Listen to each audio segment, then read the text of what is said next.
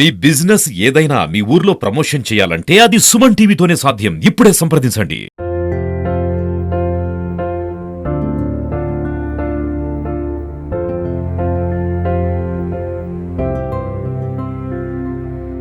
యాసంగి సమయంలో అకాల వర్షాలతో రైతు కంట ఎప్పుడూ నీరే కనిపించేది. కానీ ఈ ఏడాది మాత్రం సివిల్ సప్లై అధికారుల ముందస్తు ఆలోచన ఈ ఏడాది ధాన్యం కొనుగోలు త్వరగా జరిగిపోయినాయి.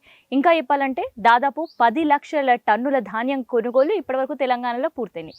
అందులో నిజామాబాద్ టాప్ 1 ప్లేస్లో ఉంది. సో జరిగిన కొనుగోలులో దాదాపు 50% నిజామాబాద్ జిల్లాకి వెళ్ళే జరిగింది. ఇంతకీ ఇక్కడ అధికారులు ఎప్పుడు కొనుగోలు మొదలుపెట్టిర్రు, ఎంఎస్పి ధర ఎట్లా నిర్ణయిస్తారు, ఎంఎస్పి ధర ఎంత పలుకుతుంది, రైతుల నుంచి కొనుగోళ్ల వరకు ఎట్లాంటి ప్రొసీజర్ ఫాలో అవుతున్నారు, రైతు అకౌంట్లో ఎన్ని రోజుల్లో డబ్బులు పడుతున్నాయి, ఇట్లాంటి విషయాలన్నీ కూడా సివిల్ సప్లై అధికారులతో మాట్లాడదాం.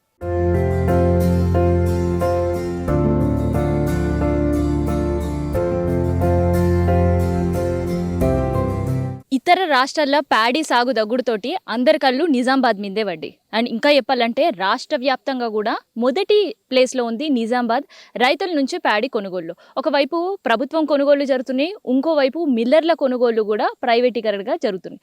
సో ఇంతకీ ఈసారి ప్యాడీకి ఎందుకు ఇంత డిమాండ్ వచ్చింది, అండ్ నిజామాబాద్లో కొనుగోళ్లకు సంబంధించి అధికారులు ఎట్లాంటి ఏర్పాట్లు చేశారు, ఇట్లాంటి విషయాలన్నీ కూడా తెలుసుకుందాం.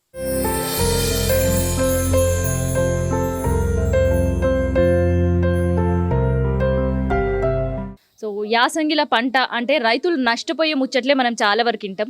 రైతుల ఒడ్లు మొలకెత్తినాయని, లేదంటే ఒడ్లు పాడైపోయినాయని, సరిగా రేట్లు రాలేదని, ఇవే ముచ్చట్లు మస్తు సంవత్సరాల నుంచి వినుకుంటూ వచ్చినాం. కానీ ఇవాళ మాత్రం తెలంగాణలోనే టాప్ 1 ప్లేస్లో ఉంది నిజామాబాద్ జిల్లా. ఇక్కడ వడ్ల కొనుగోలు అంత ఫాస్ట్గా అవుతుంది. ఇంకా చెప్పాలంటే ఇంకొక 10 రోజుల సెంటర్స్ కూడా క్లోజ్ అవుతాయి. ఇప్పటి వరకు రైతులు మ్యాక్సిమం వాళ్ళ వడ్లను అన్నింటిని కూడా అమ్మేశారు. అకాల వర్షాలు రైతులని ఇప్పుడు ఏమి చేయలేని పరిస్థితికి వచ్చిందనమాట. సో ఇట్లాంటి ఏర్పాట్లు చేశారు. ఇప్పటివరకు ఎంత పర్సెంటేజ్ ఆఫ్ వడ్లు కొనుగోలు అయిపోయింది, ఎలాంటి కేంద్రాలు ఏర్పాటు చేసారు, ఎన్ని కేంద్రాలు ఏర్పాటు చేసిండు, ఇట్లాంటి విషయాలన్నీ కూడా తెలుసుకుందాం. ఇప్పుడు మనతోటి సివిల్ సప్లై అధికారి ఉన్నారు, ఒక్కసారి వాళ్ళతో మాట్లాడదాం. సార్ నమస్తే. నమస్తే. తెలంగాణ రాష్ట్రంలోనే ఫస్ట్ ప్లేస్లో ఉంది నిజామాబాద్ కొనుగోళ్ళలో. అసలు ఎప్పటి నుంచి షురూ చేసారు మీరు కొనుగోళ్ళు?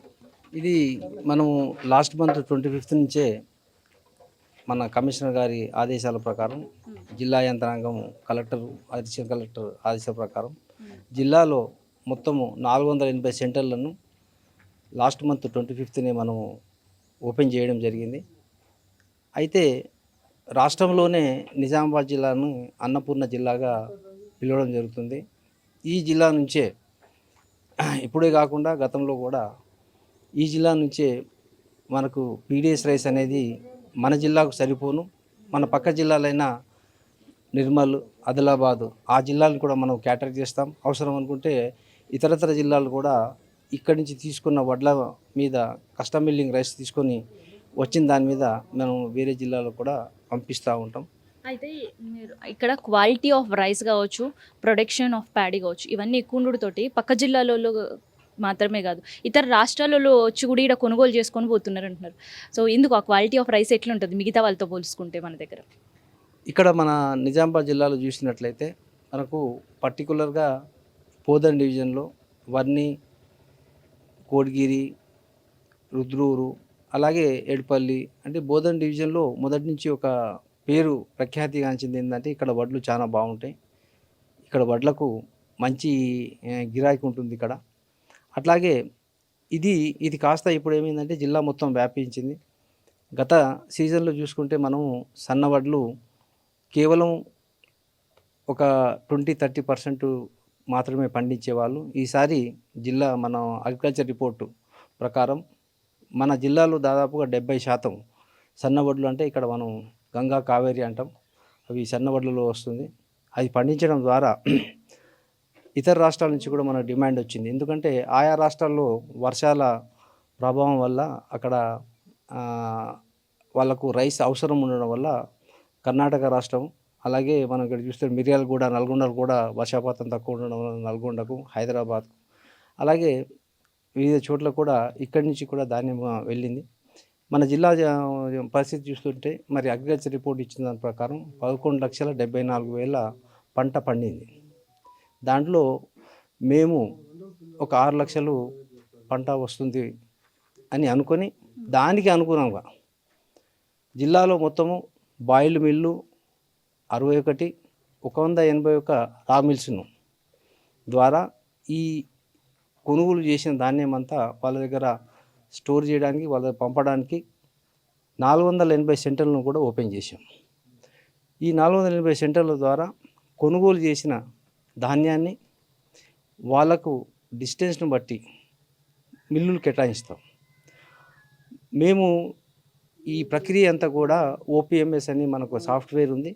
ఆ సాఫ్ట్వేర్ ద్వారానే మిల్లులు కేటాయించడం అనేది జరుగుతుంది. దానివల్ల ఏంటంటే ఎలాంటి తప్పులు కానీ జరగవు. అదే మనం మాన్యువల్గా ఇస్తే ఏమవుతుందంటే మిల్లుల నేమ్లు సేమ్ ఉంటాయి, కానీ దీని ఇక్కడ ఏం ఉంటుందంటే మిల్లు కోడ్ ఉంటుంది. వాళ్ళకు ఆ ఓపీఎంఎస్లో ఎంటర్ చేసిన తర్వాత ఆ ఓపీఎంఎస్లో వాళ్ళకు డీటెయిల్స్ అన్నీ కనబడతాయి. కాబట్టి ఎలాంటి తప్పు లేకుండా సెంటర్ వాళ్ళు కూడా ఆ రైతు దగ్గర నుంచి తీసుకున్న ధాన్యాన్ని మిల్లుకు తరలించడం జరుగుతుంది లారీల ద్వారా. అయితే గత ఏడాదితో పోలిస్తే ఈ ఏడాది ప్యాడీ కొనుగోలు చాలా జోరుగా సాగుతున్నాయి అండ్ వేగంగా కూడా కంప్లీట్ అయిపోతున్నాయి అంటున్నారు, అది వాస్తవమే? గత ఏడాది మనం ఎప్పుడూ చూడని అకాల వర్షాలు, దాదాపుగా మనం కొనుగోలు చేసిన 1.5 మంత్ 2 మంత్స్ లోపల 4 సార్లు వర్షాలు పడడం, ప్యాడీ తడిసిపోవడం, అటు రైతులకు ఇబ్బంది, ఈ రైస్ మిల్ పోయిన తర్వాత తడిసిన ధాన్యం వచ్చిందని చెప్పి అక్కడ ఇబ్బంది. అంటే లాస్ట్ టైం మనం ఈ వర్షాల కారణంగా అనేక ఇబ్బందులు మనం ఎదుర్కొన్నాం. కానీ ఈసారి కూడా వర్షాలు వచ్చినాయి.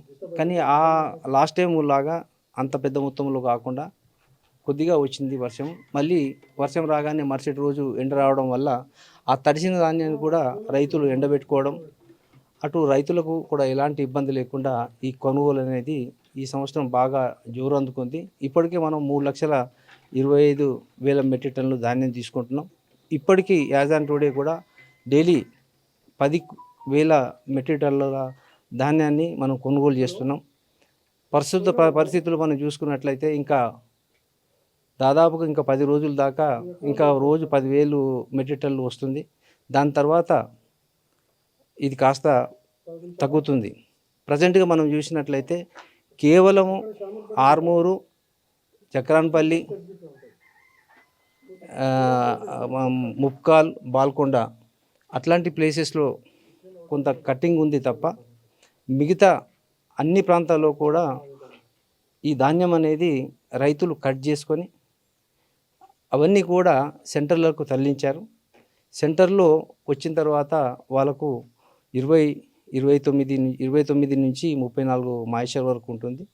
దాన్ని వాళ్ళు ఆరబెట్టుకొని వెంటనే ఆరబెట్టుకున్న తర్వాత అది హమాలీల ద్వారా కాంటా వేయించి ట్రాన్స్పోర్ట్ కాంట్రాక్టర్ ద్వారా డిజిగ్నేటెడ్ మిల్స్ను తరలించడం జరుగుతుంది.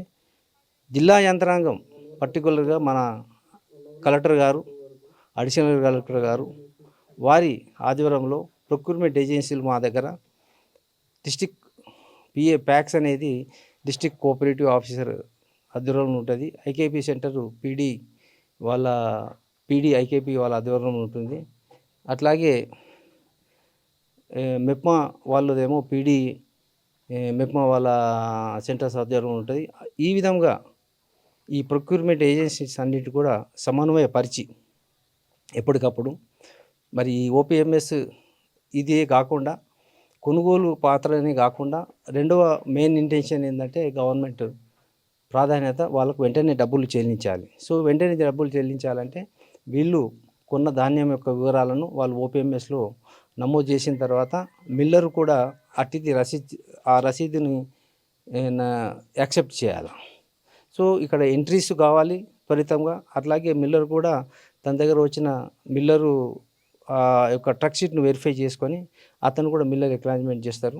దాని తర్వాత డిఎం గారి వద్ద నుంచి డబ్బులు రిలీజ్ అవుతుంది. ఈ ప్రక్రియ అంతా కూడా మేము మా జిల్లా యంత్రాంగం కూడా మొత్తం ఎప్పటికప్పుడు ఆదేశాల ప్రకారం కలెక్టర్ గారి ఆదేశాలు, అడిషనల్ కలెక్టర్ గారి ఆదేశాల ప్రకారం ఈ సెంటర్ ఇన్ఛార్జెస్తో కూడా టెలికాన్ఫరెన్సెస్ నిర్వహించి మరి మిల్లు వాళ్ళ యొక్క రైతుల యొక్క వివరాలను ఓపీఎంఎస్లో నమోదు చేయడం, వాళ్ళకు పేమెంట్స్ చేయడంలో కృషి చేస్తున్నాం. ఓకే. సో మరి రేట్లు ఎట్లా ఉన్నాయి? గత ఏడాదితో పోలిస్తే ఈ ఏడాది రేట్లు ఎట్లా ఉన్నాయి? ఎట్లా డిసైడ్ చేస్తారు రేట్స్? ఎంఎస్పీ ఎట్లా ఉన్నాయి? రబీ సీజను ఈ రబీ సీజన్కు 2203 భారత ప్రభుత్వం నిర్ణయించిన ప్రకారం గ్రేడ్ ఏకు రేట్ ఉంది. అలాగే 2183 రూపీస్కు కామన్ వెరైటీకి భారత ప్రభుత్వం నిర్ధారించిన రేటు ప్రకారమే ఈ కొనుగోలు అనేది జరుగుతుంది. కాకపోతే ఏంటంటే దీనిలో కొన్ని నాణ్యత ప్రమాణాలను పాటించాల్సి ఉంటుంది. భారత ప్రభుత్వం ఏం చేస్తుందంటే దీనిలో పర్సంటేజ్ మనం కొనుగోలు చేసేటప్పుడు ధాన్యం 17% ఉండాలని నిర్ధారించింది. అలాగే తాలు, మట్టి పిల్లలు, ఇమ్మాచ్యూర్డ్ గెయిన్, శ్రింకెన్ గెయిన్ అని కొన్ని పారామీటర్స్ ఉంటాయి. సో ఆ పారామీటర్స్ అన్నింటిని పాటిస్తూ ఈ కొనుగోలు అనేది మనం రైతుల దగ్గర నుంచి చేస్తున్నాం. ఈసారి కూడా మన జిల్లా రాష్ట్రంలోనే ఈ ప్యాడీ ప్రొక్యూర్మెంట్లో ప్రథమ స్థానంలో ఉంది. సో మరి ఇప్పటివరకు ఎంతమంది రైతుల దగ్గర నుంచి కొనుగోలు కంప్లీట్ అయినాయి, ఎంతమంది రైతుల అకౌంట్లో ఇప్పటివరకు డబ్బులు జమ అయిపోయింది? జిల్లాలో ఇంతవరకు 48,440 రైతుల నుంచి ధాన్యం కొనుగోలు చేయబడడం జరిగింది. దానికి గాను 716 కోట్ల రూపాయలు చెల్లించవలసి ఉండగా ఇంతవరకు 470 కోట్లు రైతులకు రిలీజ్ చేయడం జరిగింది. మిగతాది కూడా సెంటర్ ఇన్ఛార్జీలు ఎప్పుడైతే వాళ్ళ ఓపీఎంఎస్లో రైతుల యొక్క వివరాలు ఎంట్రీ చేయగానే వాళ్ళకు కూడా ఎప్పటికప్పుడు డబ్బులు రిలీజ్ చేయడం జరుగుతుంది. సో ఇది మొత్తానికి తెలంగాణ వ్యాప్తంగా కూడా మా నిజామాబాద్ జిల్లాలో జరుగుతున్న కొనుగోళ్లకు సంబంధించి అండ్ మొదటి స్థానంలో ఉండడానికి ముఖ్యంగా సివిల్ సప్లై అధికారులు ముందస్తు ప్రణాళిక కావచ్చు, మీటింగ్స్ కావచ్చు, రైతులతో సమన్వయం కావచ్చు, ఇట్లా వాళ్ళు తీసుకున్న జాగ్రత్తల వల్ల ఈసారి రైతులు అకాల వర్షాల వల్ల నష్టపోకుండా ఒడ్ల కొనుగోళ్లు వాళ్ళ అకౌంట్లో డబ్బులు పడ్డాయి అన్నమాట. సో ఇది తెలంగాణ జిల్లాల సివిల్ సప్లై అధికారులు తీసుకున్న జాగ్రత్తలు, అరేంజ్మెంట్స్కి సంబంధించిన ఇన్ఫర్మేషన్. కెమెరా పర్సన్ శివతో నేను మీ కావ్య, సుమన్ టీవీ, నిజామాబాద్ నుండి.